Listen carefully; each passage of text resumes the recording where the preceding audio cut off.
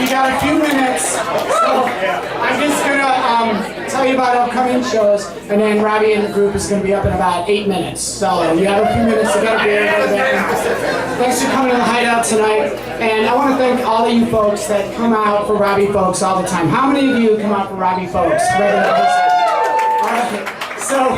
There might be some folks here tonight that are Lou Reed fans. You like cover bands, tribute bands. You spend a lot of your time in Wrigleyville listening to those bands. Or you go to festivals. They have a lot of, like, you know, cover bands. But here at the Hideout, every Monday night, Robbie Fulks does a different program, and he's been doing it for a long time. And it's one of those things where a couple years ago, I always would say to Robbie Fulks since 1996, anything you ever want to do at the Hideout, do it at the Hideout, anything you want to do. And he has, over the years, he was the first artist in 1997 from Bloodshot and all that to come to the Hideout. And throughout time, he's done all these really great things. Highlight, do any of you remember the tribute to Michael Jackson at the Block Party? That was before Michael was dead.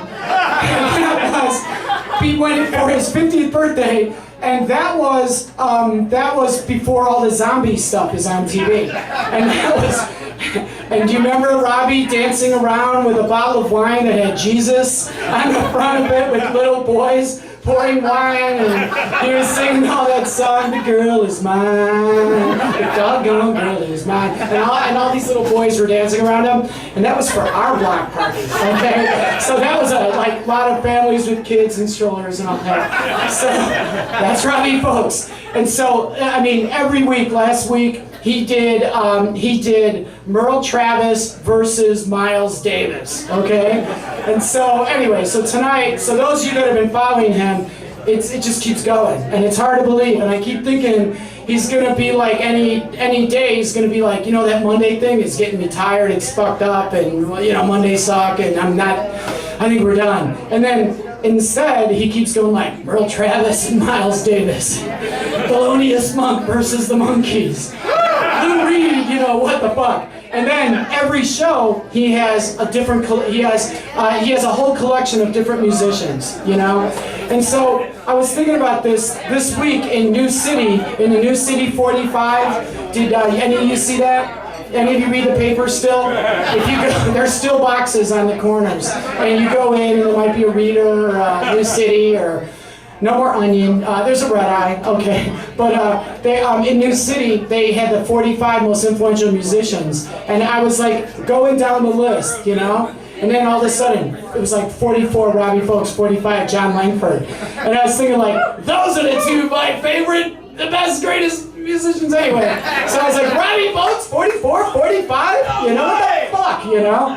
Excuse my language. So, you know that he is the guy who just connects everyone together, does all these things. Tonight is an example of one of those great nights. So, thank you all of you that have come out all these different Monday nights and been part of this series, okay? Because it's something, here's a weird thing too, and I told myself I wouldn't ramble, but I never listen to myself. That means I'm not crazy. I think. People, when I go to places, if I go to like, you know, New York or Washington or LA, like I would be going to those places. But let's say I did. People, they sometimes say to me things like, God, I heard about the Hideout, and they're like, Robbie Fulks plays there on Monday nights, you know? And an example is when he was on Prairie Home Companion this year, and he was on World Cafe, and people would go to me, I was listening to World Cafe, and then World Cafe, did any of you hear that? We don't get it on our BEZ station here, all right? Robbie Fulks said on the World Cafe, which is a nationally syndicated show, they were talking about his great new album, which is Gone Away Backwards, right? Yeah, and they were talking about how it was so consistent, it was his best album in years, he totally wasn't joking around, it was really serious and consistent. And he said, well, I do this show on Monday nights at the Hideout where I get all this stupid shit out of my head, you know? And it's helped me make an album so that I can just like, it's all gone, all that stuff is gone, and I can focus, and he was saying that, which makes me feel great being here at the Hideout, that we are a place that great performers can do all this stupid shit, all right? So then they can make great art that they can distribute to the rest of the world, you know? That's the Chicago style. Locally fucked up and stupid, but somehow the rest of the world thinks we're pretty cool and have great artists and stuff. So it's like, all right. Anyway, so my one big thing is every year we have a big block party. It's September 5th and 6th. This year, it's out there in the big parking lot. And we, because it's so big, we love to have a lot of people come and we raise tons of money for charity. Anyway, but if you purely just like music, Dismemberment Plan is going to play, the War on Drugs is going to play, the Hanson family is going to play. As there always, John Langford will play in a new form of the John Langford called Bad Luck Jonathan.